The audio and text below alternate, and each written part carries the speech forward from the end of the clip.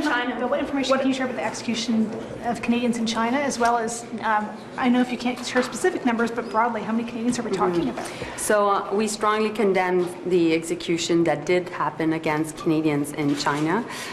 This is an issue that I've been following very, very closely personally for months, and I've asked personally also leniency, and also the former Prime Minister did so, and we made sure to press on China how much we needed to make sure that ultimately these Canadians would be safe.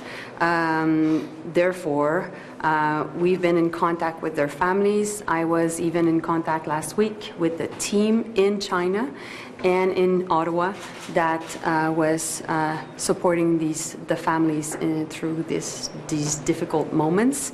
And we will continue to engage with China, as we'll continue to not only strongly condemn, but also ask for leniency for other Canadians that are facing similar situations. Why won't the government say? How many Canadians? So I can't go into the details. Why not? Why? Because the families have asked us not to give any details, and they want us to make sure ultimately that we are protecting their privacy. But even as far as how many Canadians itself, like, how does that relate to a privacy issue for families? So there are 4 Canadians that have been executed, and therefore we're strongly condemn what happened. And of course our hearts and minds are with the families. Were they dual citizens? Were they Canadian citizens only? Can you tell us anything about their charges? They were all dual citizens, and all of them, and that's the only information that I will give you. Can you talk about what they were accused of, or even the nature of what they were accused of?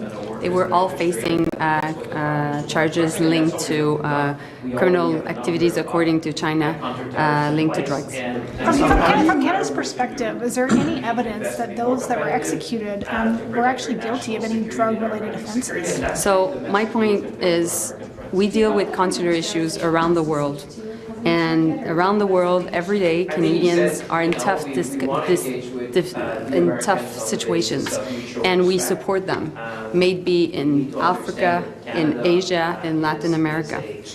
And every time they're facing death penalty, we ask for leniency. This is the approach we take on every single case, every single time.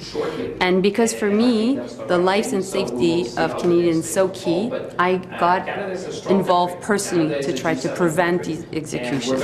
It's happened in the past, and Canada is not targeted. There are many other countries that are of dual nationals that are also involved, but we strongly condemn what China did, because unfortunately we think that this is not the way to go, and this is not what we believe in. Question. Yes. A little bit more though about how those conversations are going with your counterparts for leniency. I mean, is there a chance that it's going to work? Like, what is your sense on that, or should Canadians expect when it comes to leniency, usually what we do is we have many different people within our system, maybe the Prime Minister, maybe the President of the House of Commons, sometimes even the Chief Justice. You know, we get involved because this is a matter of state.